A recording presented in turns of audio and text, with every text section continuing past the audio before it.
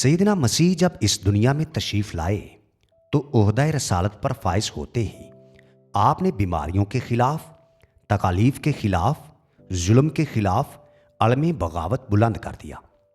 جب کسی اندھے کو دیکھا تو آنکھیں عطا فرما دی، جب کسی لنگڑے کو دیکھا تو ٹانگیں دے دی، جب کسی گونگے کو دیکھا تو زبان عطا فرما دی۔ غرض جہاں کہیں بھی آپ نے دیکھا کہ انسانیت اپنا مقصد حاصل کرنے میں پوری طرح سے کامیاب نہیں ہو رہی اور کوئی تکلیف، کوئی مصیبت اس کے راستے میں حائل ہے، تو آپ نے وہ مصیبت، وہ تکلیف دور کر دی۔ یہاں تک کہ ایک موقع پر آپ نے دیکھا کہ لوگ بھوکے ہیں اور آپ نے انہیں رزق عطا فرما دیا۔ ایک اور مقام پر آپ نے دیکھا کہ لوگ آپ کے پیچھے پیچھے چلے آ رہے ہیں اور 3 دن گزر گئے ہیں اور انہیں کچھ کھانے کو نہیں ملا، تو آپ نے یہ نہیں کہا کہ میں اس دنیا میں صرف روحانی باتیں کرنے کے لیے آیا ہوں اور تمہارے دنیاوی مسائل حل کرنے کے لیے نہیں آیا، بلکہ آپ نے انہیں بھی رزق عطا فرما دیا۔ اب ظاہر ہے کہ ایک اندھے کو کیا چاہیے؟ 2 آنکھیں۔ گونگے کو کیا چاہیے؟ زبان۔ لنگڑے کو کیا چاہیے؟ ٹانگیں۔ جب لوگوں کی ضروریات پوری ہونے لگیں، شفا ملنے لگی، کھانا دستیاب ہونے لگا، تو لوگ آپ کے پیچھے چوک در چوک اور فوج در فوج چل پڑے۔ ایک جم غفیر تھا جو آپ کے وطن عزیز سے چلا تو چلتا چلا گیا۔ آپ جہاں بھی جاتے لوگ آپ کے پیچھے پیچھے ہو لیتے۔ ہوتے ہوتے آپ اس وقت کے دارالخلافہ یروشلم میں جا پہنچے، جسے آج کل القدس کہتے ہیں یا بیت المقدس بھی کہتے ہیں۔ تو وہ یہودیوں کا مقدس مقام تھا اور عید کا موقع تھا، اور لوگ عید کرنے کے لیے لاکھوں کی تعداد میں آئے ہوئے تھے۔ وہاں پہ آپ کو دیکھنے کے بعد لوگ آپ کے پیچھے پیچھے چل پڑے، اور جب آپ مقدس مقام کی طرف چلے تو لوگ ساتھ ساتھ چلتے چلے آ رہے ہیں۔ دنیاوی نقطۂ نگاہ سے اس بات کی پوری توقع کی جا سکتی تھی کہ ایک آدمی جس کے پیچھے اتنے لوگ چل پڑے ہوں، وہ ضرور حکومت وقت کا تختہ الٹ سکتا تھا۔ وہ اپنی طاقت کا اظہار کر دے اور دنیا پہ ظاہر کر دے کہ میرے پیچھے اتنے لوگ ہیں، میں جب چاہوں حکومت وقت کا تختہ الٹ سکتا ہوں اور اپنی حکومت قائم کر سکتا ہوں۔ اور یہی توقعات لے کے لوگ آپ کے پیچھے پیچھے چل پڑے، نعرے لگاتے چلے آ رہے ہیں کہ داؤد کے جائز وارث زندہ باد، ابن داؤد پر ہو شانہ، ابن داؤد پر سلام۔ ایسے نعروں سے کس کا سر نہیں پھر جاتا؟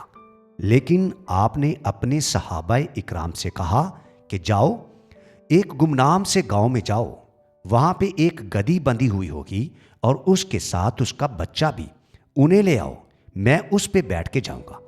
لوگ یہ سوچ رہے تھے کہ ایک فاتح جب آئے گا تو وہ کسی گھوڑے پر سوار ہوگا، اس کے ہاتھ میں تلوار ہوگی، ادھر ادھر باڈی گارڈ ہوں گے، لیکن یہ ایک عام جانور پہ بیٹھا ایک شخص داخل ہو رہا ہے۔ عام لوگوں کی سمجھ میں یہ بات نہیں آ سکتی تھی، اس لیے وہ سمجھ ہی نہیں پا رہے تھے کہ آپ یہ جو کچھ بھی کر رہے ہیں اس لیے کر رہے ہیں کہ حضرت زکریا نے جو پیش گوئی فرمائی تھی وہ پایہ تکمیل کو پہنچنے والی ہے، کہ وہ جو دنیا کو بچانے والا ہے، جب وہ آئے گا تو وہ ایک گدھے پر سوار ہوگا، یعنی بالکل وہ عام سی زندگی بسر کرنے والا ایک حلیم و طبع شخص، کوئی کرو فر کے ساتھ نہیں آئے گا، کوئی شان و شوکت کے ساتھ نہیں آئے گا، کوئی بڑا سا جلوس نکال کے نہیں آئے گا، اس کے ہاتھ میں تلواریں نہیں ہوں گی، ہتھیار نہیں ہوں گے، اس کے ادھر ادھر باڈی گارڈ نہیں ہوں گے، بلکہ وہ ایک عام آدمی کی حیثیت سے آئے گا۔ اس لیے اسے ڈر کس کا ہے؟ کیا وہ تلوار رکھے گا؟ تلوار تو وہ رکھا کرتے ہیں جنہیں یہ ڈر ہوتا ہے کہ کوئی ہمیں مار نہ ڈالے، کیونکہ ان کو معلوم ہے کہ ہم نے لوگوں کے حقوق چھینے ہیں، اور جس نے لوگوں کے حقوق دلوائے ہوں اسے کس کا ڈر؟ وہ کیوں گھبرائے؟ کیوں باڈی گارڈ رکھے؟ وہ گھوڑے پر سوار ہو کر کیوں آئے؟ وہ کسی کو فتح کرنے کو تھوڑی آ رہا تھا۔ جو لوگوں کے دلوں پر حکومت کرتا ہو اسے کیا اس بات کی ضرورت ہے کہ وہ گھوڑے پر سوار ہو کر آئے؟ وہ تو لوگوں کے دلوں پر حکومت کرتا ہے اور لوگوں کے دلوں کے ساتھ ساتھ ان کے بدنوں پر بھی حکومت کرتا ہے، اس لیے اسے گھوڑے کی ضرورت ہی نہیں تھی۔ اس لیے جب آپ آئے تو لوگ حیران تھے۔ اس زمانہ کے علماء اکرام یہ سوچتے تھے اور ہکا بکا تھے کہ آخر یہ کیا ہو رہا ہے؟ لیکن پھر یہ دل میں خوف ابھرتا تھا کہ کہیں ایسا تو نہیں کہ یہ عام جانور پہ بیٹھا ہوا شخص حکومت کا تختہ نہ الٹ دے، کوئی ایسا اعلان نہ حکومت کے خلاف کر دے اور حکومت وقت ہمیں آ کر مار نہ ڈالے، یہاں پہ قتل و غارت نہ ہو جائے۔ تو وہ اپنی اس پریشانی کے عالم میں آپ کے پاس گھبرائے گھبرائے آئے اور کہنے لگے کہ جناب دیکھیے، یہ خدا کے گھر میں بچوں کے نعرے لگانا اچھا نہیں ہوتا۔ یہ بچے جو شور مچا رہے ہیں، خدا کے گھر میں تو خاموشی چاہیے، ذکر خدا چاہیے، یہ آپ کے زندہ باد کے نعرے کیوں لگا رہے ہیں؟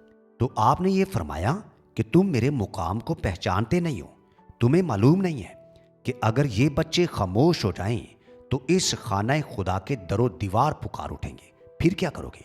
اب آپ یہ اندازہ لگائیے کہ جس شخص کو یہ معلوم ہو کہ میرے خاموش ہونے پر پتھر بھی گواہی دینے لگیں گے، کہ پتھر بھی میرا کلمہ پڑھنے لگیں، اگر وہ شخص یہ اعلان کر دے کہ اس حکومت پر جو قابض ہے وہ غلط ہے، تو کوئی خلاف توقع تو نہیں ہے کہ لوگ تو آپ کے ساتھ ہوں گے۔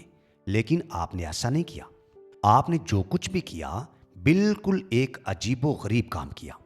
آپ نے یہ نہیں کہا کہ ضرورت اس بات کی ہے کہ دنیا کے لوگوں کو ٹھیک کیا جائے، بلکہ آپ نے کہا کہ سب سے پہلے ان لوگوں کو ٹھیک کیا جائے جو اس وقت مذہب کے ٹھیکیدار بن کے بیٹھے ہوئے تھے، کیونکہ برائیاں ساری وہاں سے نکلتی ہیں جہاں سے آپ کو توقع نہیں ہوتی، کیونکہ اگر ظالم ظلم ڈالتا ہے تو آپ اس کی توقع کر کے بیٹھتے ہیں، آپ کو معلوم ہو جاتا ہے کہ یہ ظالم ہے اور ظلم ڈائے گا، ہلاکو خاں ہلاکی کرے گا اور چنگیز خاں چنگیزیتی دکھائے گا۔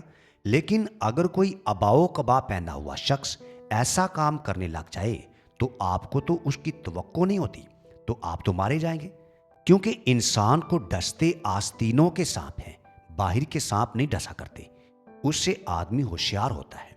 تو لہٰذا آپ نے کہا کہ میں ایسا کرنے کے لیے آیا ہی نہیں ہوں، میں تو اس لیے آیا ہوں کہ جو خدا نے حضرت زکریا کی زبانی فرمایا تھا اسے پایہ تکمیل تک پہنچا دوں، کہ اس دنیا کو بچانے والا ایک عام سے جانور پر بیٹھ کر آئے گا، وہ دوسروں سے مختلف نہیں ہوگا بلکہ عاجزی اور انکساری کا مجسمہ ہوگا۔ سیدنا مسیح نے فرمایا، میں اس دنیا میں اپنا جاہ و جلال دکھانے کے لیے نہیں آیا ہوں، بلکہ میں تو خدا کا کمال دکھانے کے لیے آیا ہوں، اور جب میں آیا ہوں تو اسی طرح ایک عام انسان کی حیثیت سے آیا ہوں۔ یہ بچے ہیں جو نعرے لگا رہے ہیں، اور کل کو جب یہی نعرے سنائی دیں گے تو پھر کیا کرو گے؟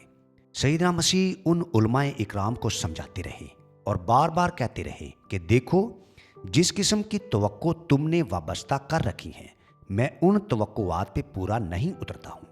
تم نے یہ توقعات وابستہ کر رکھی ہیں کہ میں حکومت وقت کا تختہ الٹنے آیا ہوں۔ میں حکومت وقت کا تختہ الٹنے کے لیے نہیں آیا، میں تو شیطان کا تختہ الٹنے کے لیے آیا ہوں، اور شیطان کا تختہ الٹنے کے لیے ہتھیار نہیں چاہیے، آلات نہیں چاہیے، تلوار نہیں چاہیے، توپ اور بندوق نہیں چاہیے، اس کے لیے اعلیٰ کردار چاہیے، اور اس کے لیے اعلیٰ اخلاق چاہیے، اور میں وہ پیش کر رہا ہوں، کیونکہ میری لڑائی دنیا کے بادشاہوں سے ہے ہی نہیں، اگر ہوتی تو پھر میں یہاں تھوڑی ہوتا، میں تو پھر سیدھا جا کے روم کا رخ کرتا اور وہاں پہ جا کے سیزر کو پکڑتا اور کہتا، اتر آؤ تم، میں ہوں بیٹھنے والا، میرے ہوتے ہوئے تم کیسے بیٹھ سکتے ہو؟ سیدنا مسیح نے فرمایا، کیا کبھی میں نے ایسا کیا؟ میں نے کبھی کسی بادشاہ وقت سے ٹکر لی جو اب لوں گا؟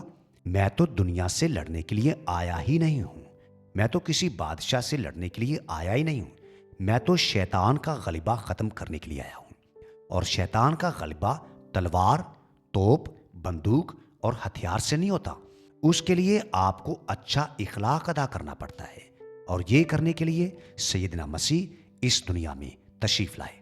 سیدنا مسیح نے جب اپنے صحابہ اکرام کو بتایا کہ دیکھو، ہم یروشلم جا رہے ہیں، ہم القدس جا رہے ہیں، ہم خدا کے گھر میں جا رہے ہیں، ہم اس مرکز کی طرف جا رہے ہیں جہاں سے دین نکلتا ہے، ہم عید کے موقع پر وہاں جا رہے ہیں جہاں پر زائرین عید منانے کے لیے آئے ہوئے ہیں، اور وہاں تمہیں معلوم ہے کہ میرے ساتھ کیا ہوگا؟ تو شاید صحابہ اکرام نے یہ سوچا ہوگا کہ ہاں، اس وقت آپ کی تاج پوشی ہوگی، اس وقت آپ کو بادشاہ بنا دیا جائے گا، لیکن آپ نے کہا نہیں، میرا تاج، میرا تخت میری سلیب ہے، میں وہاں سے حکومت کرتا ہوں، مجھے مصلوب کیا جائے گا، میری جان لے لی جائے گی۔ اور صحابہ اکرام کی سمجھ میں یہ بات نہیں آ رہی تھی کہ آپ نے کوئی جرم تو کیا نہیں، پھر آپ کو مجرم کیسے ٹھہرایا جائے گا؟ لیکن یہی تو ہوتا آیا ہے کہ وہی مجرموں میں شامل ہوتے چلے آ رہے ہیں جو جرم سے ناواقف ہوتے ہیں، اور جو حقیقتاً مجرم ہوتے ہیں وہ بچ جایا کرتے ہیں۔ تو سیدنا مسیح جب اس خانہ خدا میں تشریف لائے تو آپ کے لیے وہ گھر کوئی عجیب گھر نہیں تھا۔ شاید لوگ یہ سوچتے ہوں کہ آپ 2-3 دفعہ تو خدا کے گھر میں آئے تھے، اس سے زیادہ تو آپ وہاں سے واقف نہیں تھے۔ لیکن آپ یہ جانتے نہیں ہیں کہ یہ خانہ خدا، یہ خانہ مسیحا تھا، وہ آپ کا گھر تھا، کسی اور کا گھر نہیں تھا۔ آپ اپنے گھر میں آئے تھے، اور آپ نے کہا کہ جب اپنے اپنے گھر میں آتے ہیں تو اپنے ہی انہیں ٹھکرا دیا کرتے ہیں۔ وہ وقت آ پہنچا تھا کہ بچوں جیسے لوگوں نے نعرے لگائے، زندہ باد، زندہ باد، ابن داؤد کو ہوشانہ، ابن داؤد پر سلام۔ لیکن دنیا کے عقل مند لوگ، پڑھے لکھے لوگ، صاحبان مذہب مسیح کی مخالفت کرتے رہے۔ ہم یہ جانتے ہیں کہ مذہب والے جیت گئے، علماء کی بات مان لی گئی اور مسیح کو مصلوب کر دیا گیا، اور بچوں جیسے لوگ یہی کہتے رہے، زندہ باد، زندہ باد، ابن داؤد پر ہوشانہ۔ لیکن مذہب کے ٹھیکیدار مسیح کی مخالفت کرتے رہے۔ اور آج بھی ہم یہی دیکھتے ہیں کہ جو بچوں جیسے معصوم لوگ ہوتے ہیں وہ مسیح کو زندہ باد کہتے ہیں، وہ مسیح کو ہوشانہ ہوشانہ کہتے ہیں، سلام بیچتے ہیں۔ لیکن وہ لوگ جو یہ نہیں چاہتے کہ مسیح ان کے دلوں پر حکومت کرے، وہ ہمیشہ مسیح کی مخالفت ہی کرتے رہتے ہیں۔ کیا آپ یہ چاہتے ہیں کہ سیدنا مسیح آپ کے دلوں پر حکومت کرے؟ کیا آپ نے اپنے دل کے دروازے وا کر دیے ہیں کہ وہ آپ کے دل میں آئے اور حکومت کرے اور اپنا تخت وہاں پر جمائے جہاں پر انہیں جمانا چاہیے؟ یا آپ بھی اسی مجمع کے ساتھ ہیں جو مسیح کے مخالفین ہیں؟ خدا نہ کرے کہ آپ ان مخالفین کے ساتھ شامل ہوں۔